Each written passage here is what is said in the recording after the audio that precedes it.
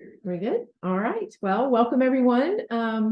Thank you all for coming to our Library Bites, our first Library Bites session. And this one is going to cover a tool called Zotero, which is a free open source tool that will help researchers of all ages collect and manage citations and source information. And then where the magic really happens is when you're writing, and it helps you to automatically not just format your in-text or your footnotes or whatever format that you're using. It helps you to format those citations as you're writing, but it also automatically generates a bibliography or a reference list as you write or at the end. So what I'm going to do is, and thank you, Kelly, for sharing in the chat the link to Zotero. So what I'm going to start off with is to let you know that I'm going to demonstrate different parts of using Zotero, adding citations, which is sort of the beginnings. We'll look at the Zotero library, what's contained, how's it organized, and then what we'll do last is look at how it works when you're actually writing and citing. The information that I'm going to be sharing today is on a guide called a guide that I set up that should have all of the steps involved with creating accounts, what you need to do to get started, and then the steps to adding citations, adding sources to your library, and then how to cite those in Google Docs as well as in Word, because it works the same in both tools. And that's what we're going to spend our next 20 plus minutes or so doing. The guide, I'll go ahead and put that in the chat. I'll put the link to this guide that is on the page. And Kelly already has put the, she has already put the link to Zotero, and that's where you start your journey, because that's where you will download the programs. So just to give you an idea, when you go to Zotero.org, you land on this page and there's a big red download button. Zotero.org will automatically detect whether you're using a Windows or a Mac, and you can see that I'm on a Mac, and the newest version is Zotero 6. So I would start by going ahead and downloading the program. The next thing that you would want to do in terms of getting started is to make sure you install a connector. The connector makes Zotero talk to your browser. If you use Firefox and Chrome and Safari, for example, install the connector for all of them. All it is literally that little tool to make Zotero talk to whatever browser that you're using. So as you can see, I'm in Chrome, and so it's detecting that, and then it's telling me to install the Chrome connector. I will say this, I found out about a week or two ago that there seems to be some potential issues with your EKU profile Chrome. So if you log into your Google Drive with your EKU profile, there could be some issues with installing the Zotero connector. I'm not sure why that is. Because it was just brought to my attention, but apparently there's something with EKU's profile in Chrome and installing the connector. Some people were unable to make it work. I'm saying that as a heads up. You might not have that problem, but if you do, it might be at least good for the meantime to make sure that you try a separate Google account. Or to set one up that way. Like I said, I'm not really sure what the program is. And Sarah has said, yes, she had that same problem. And but it's a Chrome thing. It's a Google Chrome thing. So it should be fine in Firefox or Safari, for example. But for some reason, Chrome and your EKU profile don't play well together. And that's news to me, so I haven't been able to troubleshoot that yet. You don't know if IT is able to bypass that or provide it to help? Yeah, I haven't had a chance to reach out to someone over there yet to ask them, like, why might this be happening? I had to update the main app, and that fixed my connector in Chrome. but I think maybe IT will have a workaround for Yeah. folks. Because we also had to have a workaround for LiveKey, another thing we use pretty commonly. What do you mean by update the app? So I had to update the main, so you have the Zotero app, that's an actual like the software on your computer, and then you have this connector that she's talking about, so that main app I had to update, the Zotero app. And that somehow fixed, I was having an issue with the connector in Chrome, and that somehow fixed. So if you install it for the first time now, you may be okay. You may be I know that some of the students in the class I was working with last week were having problems on their student profile. So like I said, it's something that I've just discovered. I haven't been able to troubleshoot it.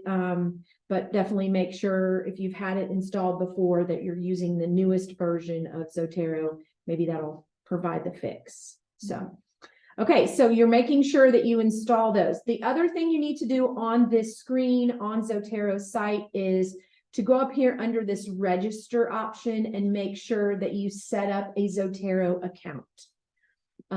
Because that is going to allow you to sync your content, keep it up to date.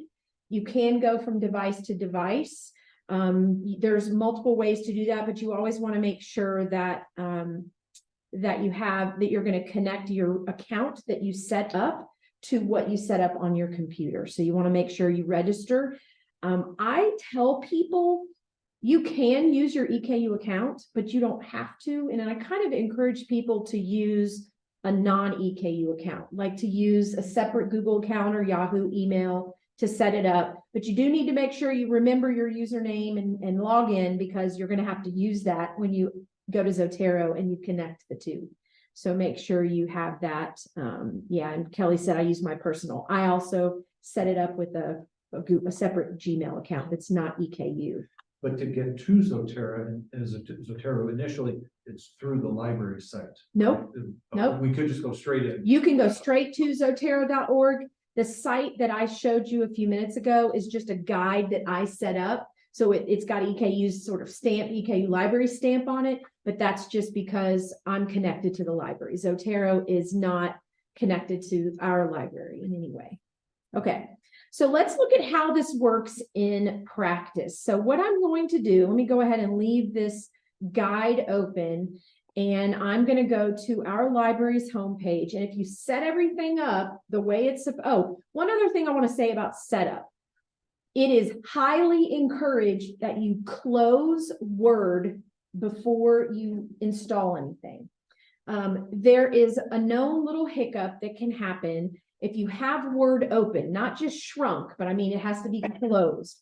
There's potentially a hiccup, depending on what version of Word you're running, where it won't install the, I guess, connector. It won't install it in Word if Word is open. So if you do and you forget, you can close Word, reopen it. In theory, it should be fine, but there is a known issue. So if that ever happens, you can actually Google it, because it's on Zotero's page, and it'll tell you the fix, the workaround to that. There is a workaround to it, but it's better if you're setting it up for the first time, make sure Word is closed totally and not just like shrunk in the background.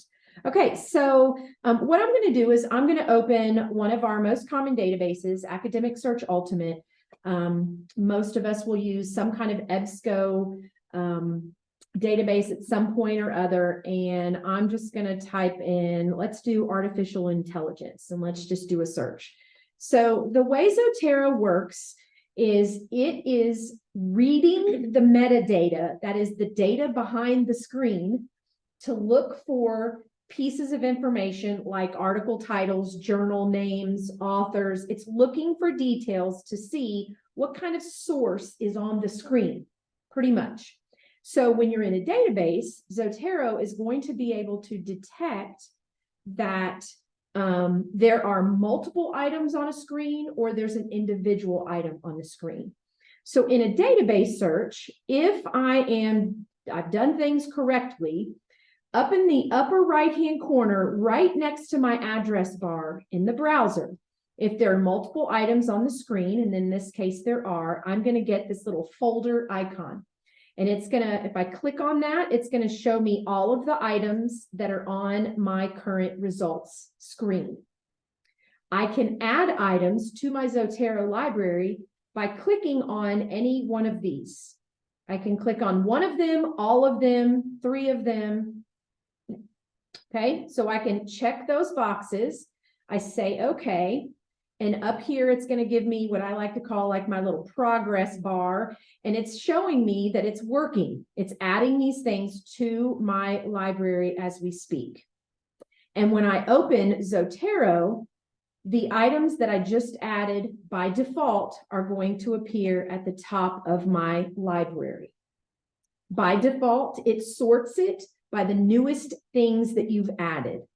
And that's the way I encourage people to, at least initially, sort their items, because especially if you're doing a lot of research at the time and you're like, wait, have I already added that? What did I just add? It kind of keeps you apprised of what you've just done recently.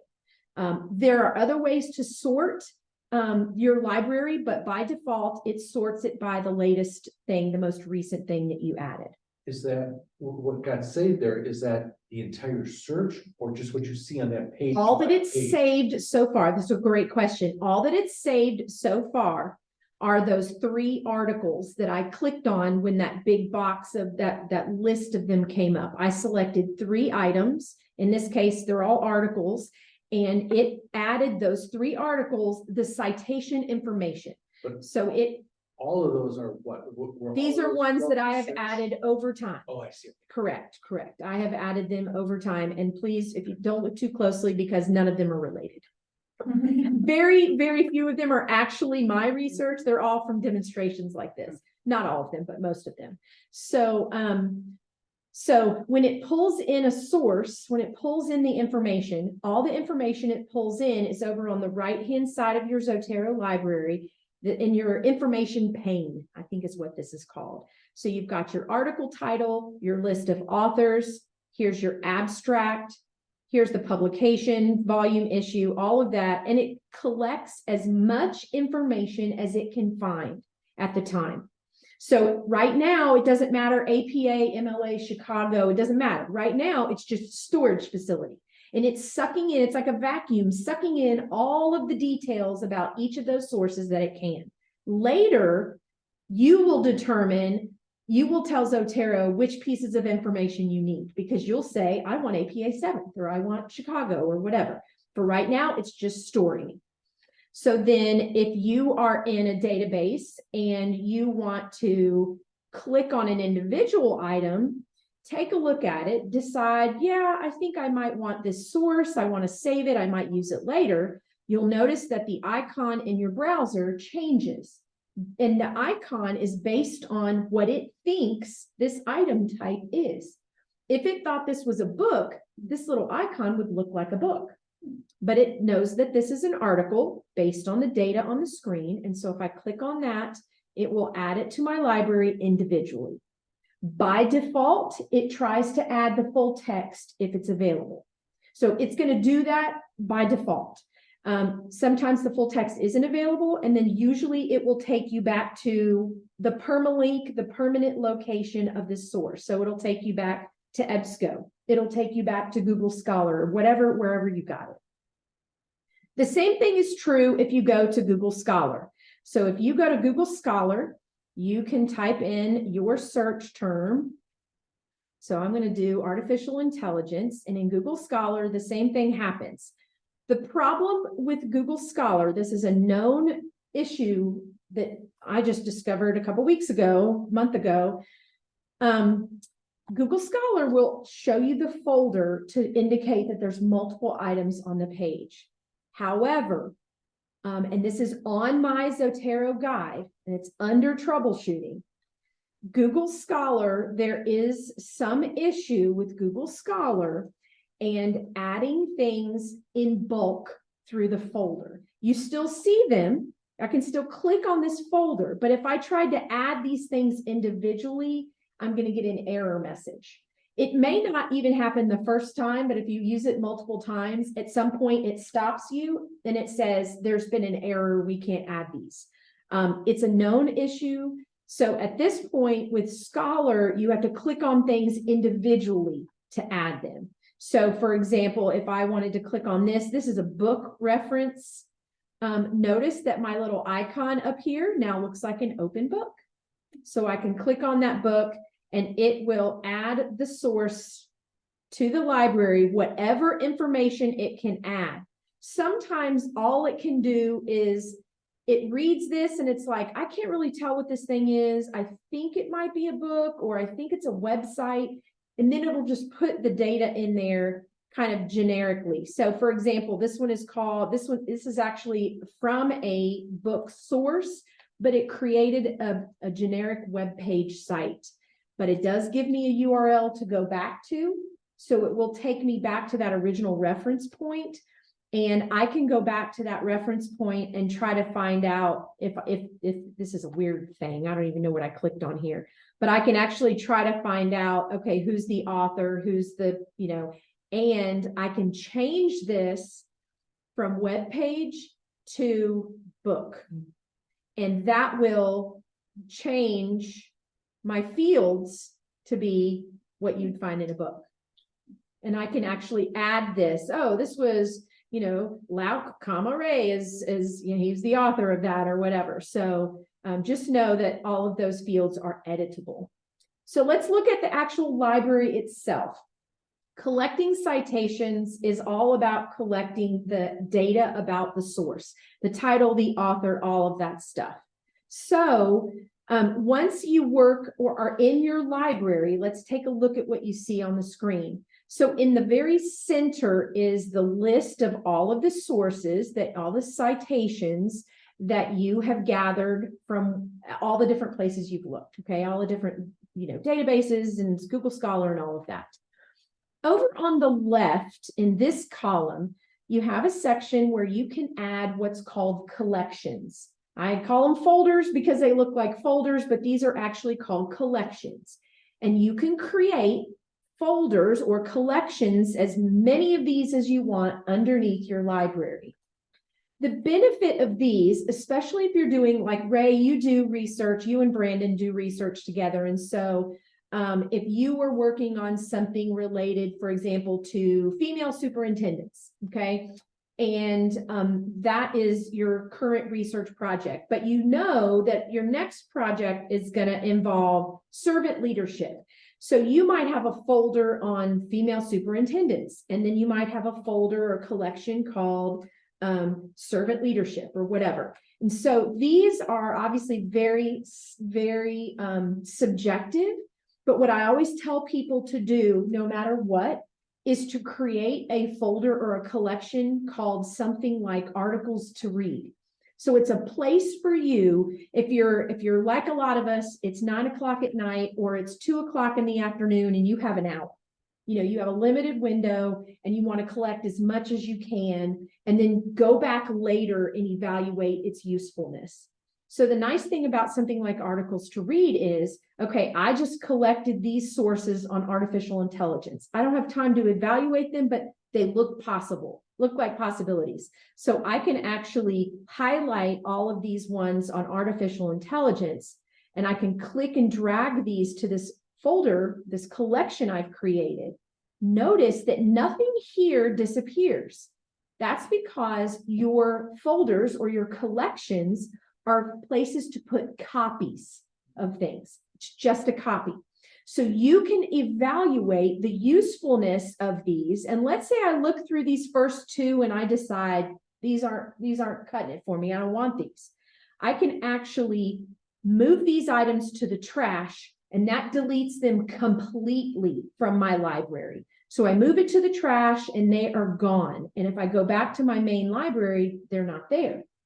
However, I might read this one about artificial intelligence and COVID-19 and think, oh, this is just what I want. So now I can right click and remove it from the collection. And that takes it out of that folder, but it keeps it in my main library. Because once I've evaluated it and determined yay or nay, then I don't need to have it in my to read folder anymore, right? So now I've decided I want this one. I'm going to keep it. I'm taking it out of that folder. I've made a decision. And so you can call that to read later or TBR or whatever makes sense to you. And you can have an article copied to multiple. You folders. sure can. All of these, in fact, it's probably common if you find, like, let's say you're going to get multiple articles out of one source. Yeah, you'll want to copy those into those folders. So for example, a while back, I did I wrote a book chapter several years ago about teaching reference. And so I have these two sources in here because these were two that I referred to a lot. Another thing I was working on, was it storytelling? I can't remember. Oh, yes.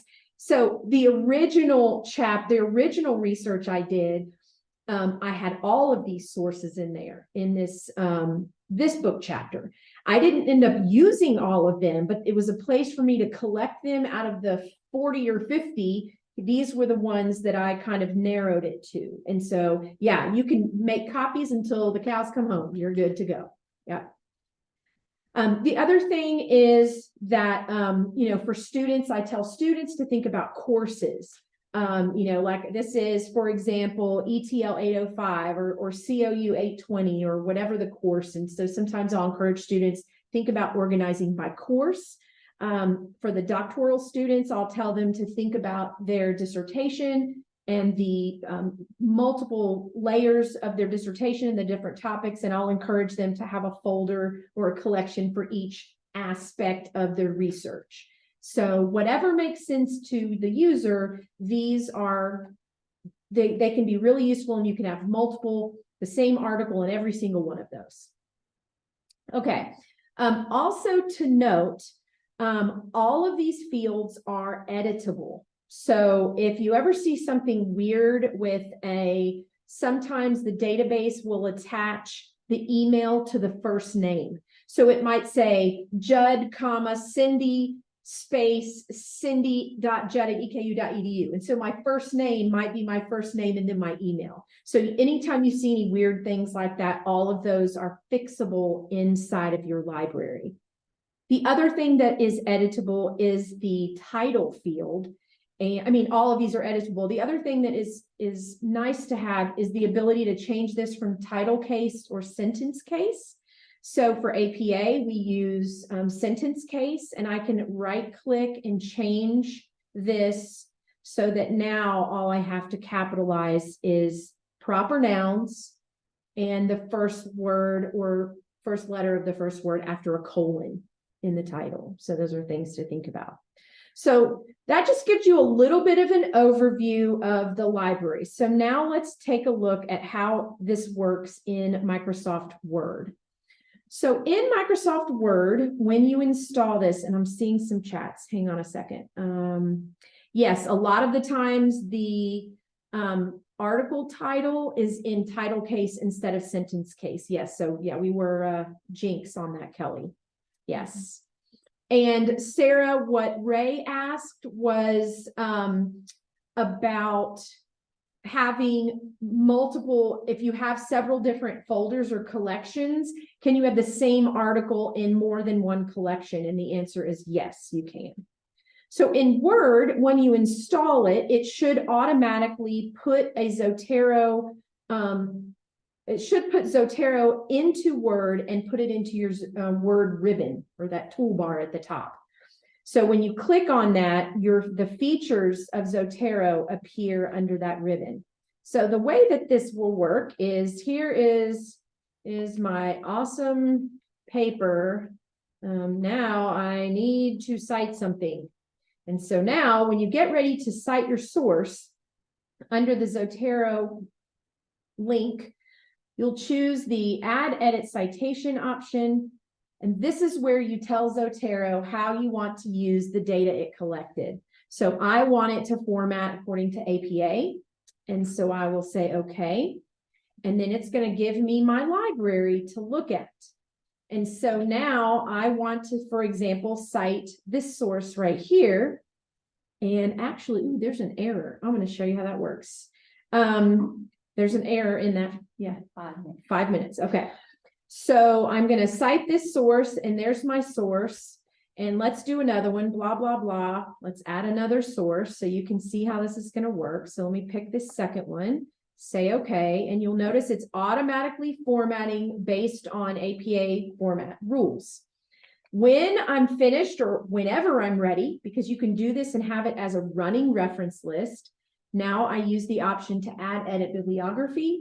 And when I click that, any source that I have added through Zotero, it's going to automatically list. It's going to automatically list. If I want to add any more, let's say I want to add another one, blah, blah, blah, add a citation and pull up this one. And I say, okay, you'll notice it automatically formatted it. It automatically alphabetized it as well. So you can kind of keep what's like a running reference list or a running bibliography as well. So it works exactly the same in Google Docs. I pulled up a Google Doc here a second ago. Google Docs, there's a Zotero option in your toolbar. You do have to go in and set this up, but once you've set it up, it will always be there. So you click on Zotero, add edit citation.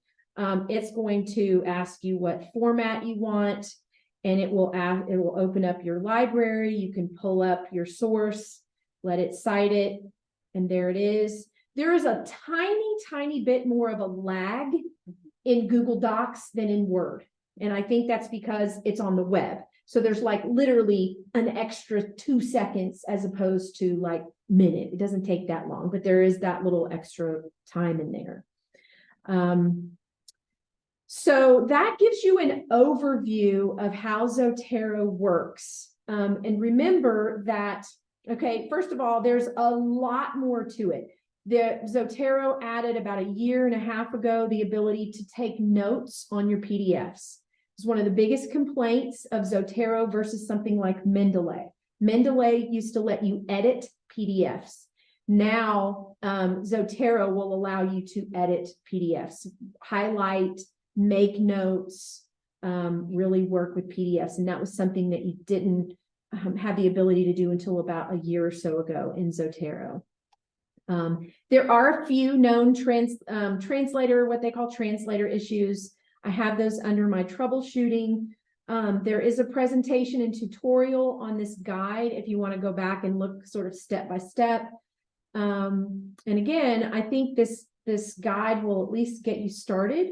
So if anybody has any questions or you want to follow up or you want, hey, I want my students to know about this, I can do that one-on-one.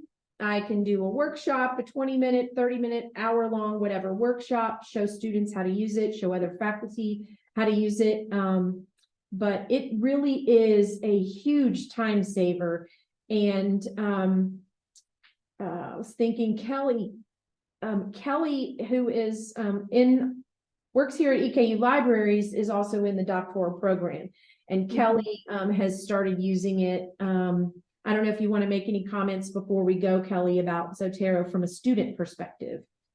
I think our time's pretty much up, but it's been like a lifesaver for me, keeping track of things as I'm exploring and not quite sure what I'm going to do yet. You didn't talk much about the tagging feature, but I use that tagging feature just constantly, and it's really helpful. Yeah. There's so many features. It's just so hard to, like, what do I cover? Because there's so many things I want to show you and tell you about it. But I'm happy to do that when we have more time one-on-one or again in a class, whatever works best for you. But definitely, I highly encourage you. One of the biggest things that doctoral students tell me is they struggle with organization. And I think any student that's doing a large project where they have lots of sources, Zotero can be such a godsend in terms of organization.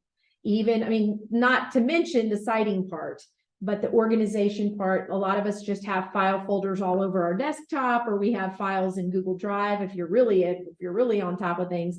But it's just a great way to it's really just a great way to help with that organization, and it really saves a huge amount of time with the formatting of the paper, of the citations. So I hope this was helpful. I hope that if anybody has any questions that you will please reach out. And I can be reached. I'm in the library. You can reach me at cindy.judd@eku.edu. And I think that's it. I went over 1 minute, 2 minutes. Thank you guys for coming. When you said within Google Docs, did you say there's a setup within Google Docs to incorporate, You or? have to add it as an extension. Yeah, it's an extension. So if you, I think you can even like Google Zotero Docs, Google Docs Zotero extension or something like that. And it's just one of the many Google extensions you can put in there. And I think you might have to like refresh or restart or something after you do it, but Do it once? you do it Or once. your Google Doc? That's right. But now keep in mind, you do it for each profile. So if you set it up under raymond.lauk@eku.edu, you might have to set it up under coolrayman@gmail.com. That's not really his. I'm just kidding. I made that up. I mean, it could be. So, yeah. Sarah, did you have a question? Yes, sorry, I was asking while you were doing your search strategies, you did it like 3 times, and I was asking, can you go into that search box in the top right and type the author name? Or do you have to like scroll? So every time you showed the demo, you actually scrolled and you picked the title in the list. That would never be like, if I have hundreds, I'll be like, oh yeah, that was Townsend 93. Can I use that top search box on the right just to type Townsend, and then it brings up all of her work? You can actually, if you, and you all don't, I don't want to keep anybody who has to go, but let me show you this because there's I think a way. everybody's gone except for Kelly and I online. Okay. We're the only ones left, and whoever's in the room with you. There's a way for you up here at the top. Yep. You can actually click on this top bar. Like if I click title, it automatically sorts it by title. Yeah, but where it says everything, can I search? I would never use that. You can. Yeah. Yeah. So Perfect. if I type in, let's see, I don't know if I have any Smiths, but anything that's under Smith, you can see all of those appear. Oh, but none of them have none of them are listed by author. Well, that's because you have to sort by author. You have to sort up here by author. So. Oh, so it only gives you one field. You can add fields. She just doesn't have the creator. There's a creator field. Okay. Yes. Yeah. That you can add. Yes. And a publication field. I've added that to mine. It's very customizable. Oh, I see. I see. Okay. Yep. Yep. I'm used to EndNote, so I'm just trying to work out how to navigate through here because it has that info. And 2 more quick questions. On the right-hand side where you've got info, notes, tags related, can you also add an option so that it shows you what your reference looks like? So on mine, I can have a little half screen on the bottom there, and it will show me the full reference as it would appear in a reference list. No, you can do a quick create, but there's no window. You can quick create a bibliography, like a quick create a citation, but there's no pane to show it to you. Oh, okay. All right. And final question, and then I'll let everyone go, or people have gone already probably. Where it says my library, can I have multiple of those big folders? Yes. Gotcha. Yes, you add those up here. So you add a new, well, actually, let me think about that, because I think that you can create group libraries. Yeah, I think the only option is to have a group, because the my library is where everything is stored. So you have one main thing. So unlike the $250 versions of EndNote and what's the other one, RefWorks, this doesn't do that. The only option is to have collections within the main library. Yeah. Or a group library. You can create a group library. Yeah. You can share those with other people and build them together if you're working on a research project. Yes. Group libraries are intended to be collaborative projects. So like if you have a graduate assistant, for example, that you're working with that's doing some research for you, you or that graduate assistant can create a group library and you can both add content to, yeah. Perfect. That's it. All my questions answered. Thank you. All right, you're welcome. Good to see you, Sarah. Thanks, you too. If you saved, like the title of a journal article, did you say it actually saves the whole text? If it's available, yes. And if it's not, and you request it, let's say you use Library Express to request it, you can click and drag that PDF on top of the, what's the word I'm looking for? Click and drag on top of that. So let's say you have Zotero pulled up. I don't have it up there. So when you, come on, there we go, share. Okay, so for example, let's say this top one here, that's called laying the groundwork. Okay, that's the name of it. Let's say that all I have for this right now is basically just the information. I don't have the PDF, but I go and get it from Library Express. If I click and drag it on top of this entry right here, it will put it underneath it. Okay. Oh, I see. Yeah. Now, and actually a lot, if you see over here on the left, these little arrows, that means there's something underneath it. This is a parent and this is a child. So the parent entry and the child entry. So that the main entry, if there is, like, here's one, for example, that does not have the PDF. So this one, right, it's about seat time, blending, flipping, da-da-da-da. So here's this one. Notice there's no arrow next to this. That means I don't have the PDF currently. But if I get it, again, it comes through Library Express. I can take that PDF, grab that, literally click and drop it on here. But then once a PDF is there, you said that's what is editable now? You can edit it. And And saves those edits that we make. correct. And it's kind of like working with docs. It auto saves it, so you don't have to click save. So for example, this one right here has the PDF. If I double click the PDF, notice that it put it here it's a tab. It's like a tab within your browser that tells you that you're working in Zotero. So I can come here, for example, and let's say I want to highlight this part and I highlighted it in green, and I can come here to this and come up here, and that's my highlighter. Here's my mark, and where's my text? Oh gosh. I've been doing this a lot, Here. so I can tell you. Yeah. Yeah. So let's see, we call this PO pedagogy. That's not even a thing, but let's just say that. So now I have that note there. And so in my library, let me kind of go off of it for a second. So here in my library, I can go back and click on that, and it's saved my little note in my bookmark there. So, yeah, this is a newer, like I said, it's only been around about a year, newer feature to, Cindy, yes. you can also right click on the green area that you highlighted. Mhm.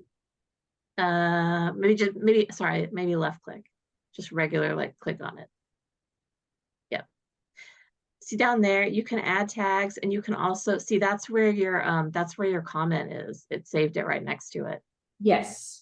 And that saves it as like an annotation. Do what? It saves it as an annotation. Yes.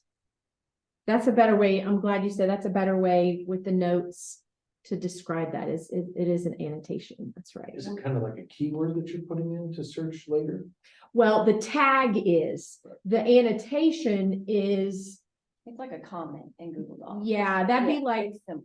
like how if you are used to writing on a printed copy and you make notes out to the side. But the tag is. The tag is going to make tag it is like- searchable later. Yes, the tag is going to make it so that, okay, if I'm looking at problem-oriented pedagogies and I'm finding all these articles on problem-oriented pedagogy, then I can go, if I tag this, whatever, then I can go back in this search field and it'll search it. So under that search box at the top, I can type in pedagogy or whatever, and yeah. Can this be used in a way that, let's say you've done an interview and you've got a transcript, so it's not published. Okay. Can you add, just as kind of a repository of your related research, can you add a title and say, Cindy Judd interview, and then kind of, and Yes. then move in that document into there, even though it's not gonna be referenced, it's not gonna be cited. It's just a way to keep stuff. I think technically, yes. I'm thinking of the best way to do that. So over here, so at the very top of your main information there, there's a green circle and a plus mark. And this is where you can, add stuff. And I think what you can do is, so let's interview. So the thing is that you have these fields down here. So for example, under extra or under notes, this is where you could create an entry for it and call it whatever interview. And then you could actually paste under notes. You could paste it right here. See, you have, it's. Oh, could you do the same like you said before, where you bring the PDF Yes. or the document from somewhere else and just put it over on that title? Yeah, because as long as you have an entry for it. Yeah. Then what you click and drag, it lives under that. And then on the PDF, for example, or on, I don't know about a Word doc. I guess you could probably, it might work. Saved as PDF. But if it's saved as a PDF and you click and drag that, then you should be able to double click and open the PDF inside of Zotero and take the notes on it, regardless of whether you, as long as it's a PDF file, you should be able to edit it. Kelly, were you going to add something to that? Because I haven't ever done that. That's what I was going to say. Yeah, that's what I was going to say. But I will say that I actually have reached the storage limit. So as a doctoral student, I'm paying now so that I have more room for my PDFs. But there is a storage limit to the free option. Yeah, it's pretty steep. But the thing is that a lot of people aren't.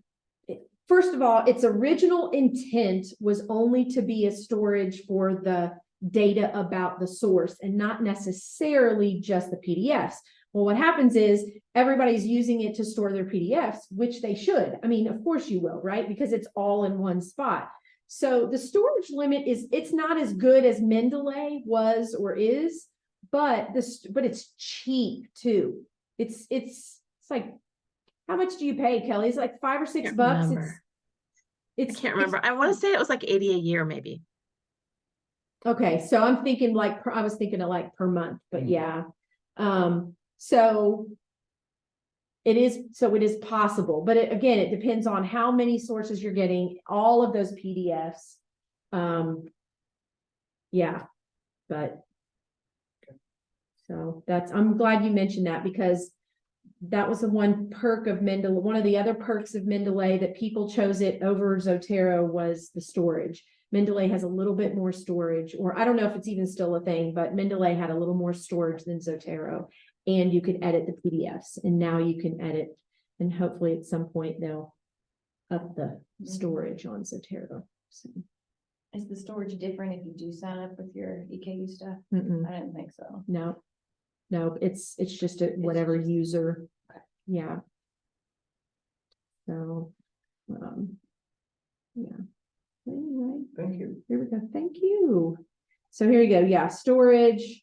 Yeah, 2 gigs is $20, $5 a year. I knew I was thinking $5. So you can get 6 gigs for $60 a year, $5 a month. Yeah. So 300 megabytes.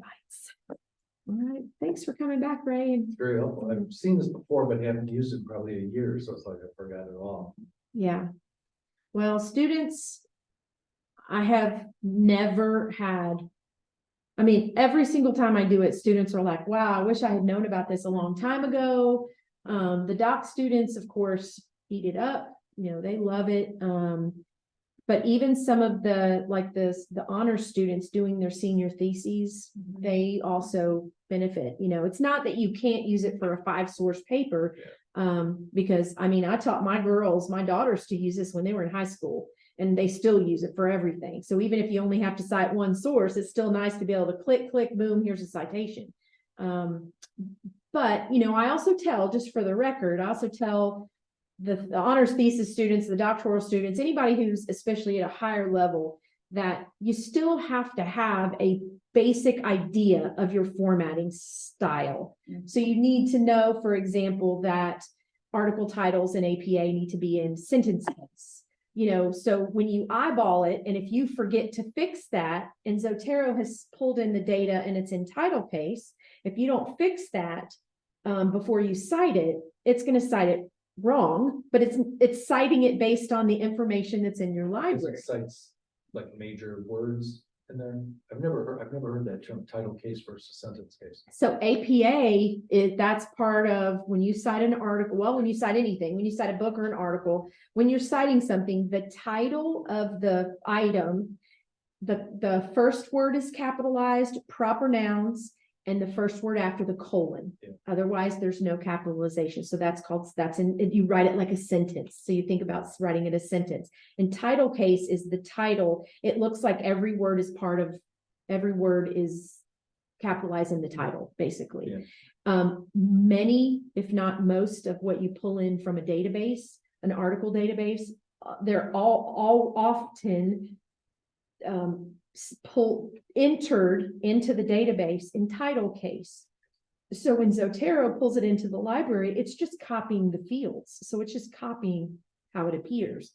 If you write it in Word, if you write and you add a citation and you add the bibliography and it is appearing in title case, if you fix it in the library, you can hit refresh and it'll fix it. So you can fix it later, but I always tell students, fix it when you put it in. That way you don't have to think about it. And that's especially true for master's thesis, honors thesis, and doc students, because they're collecting so many that do it now so that whenever you get ready to write, you're not having to go back and fix every single thing. Because the last thing you want to do when you're at the end of writing that ginormous thing is to have to go back and fix. And, you know, I was working with a very recent doctoral student on his citations and formatting. And he had defended his dissertation and then had to go back and make all these corrections to his references. And he hired me to do that. He hired me to work on his reference list. I told him, I'm not touching your paper. That's not doing that. But I'll look at your references because I can look at those and I can eyeball those and tell you what needs to be fixed. And it was actually really insightful because it helped me to see that I can tell where he got his sources oftentimes, because if he's getting them from an EBSCO database, when you use the cite feature in EBSCO, if it gives you the DOI, then it's always going to put our proxy address in the DOI. That's wrong. So I had to go in and fix all of those. I corrected all of those. Google Scholar will never give you a DOI number. It just doesn't. So if you try to pull in a source, especially from the folder view of Google Scholar, it'll never give you a DOI. So, or if you use the cite feature the cite feature from Google Scholar, it'll never give you a DOI. So I had to go through however many 4 or 5 pages worth of citations and look up DOIs for all of those, and also correct all of the incorrect formatted citations. And it's a job.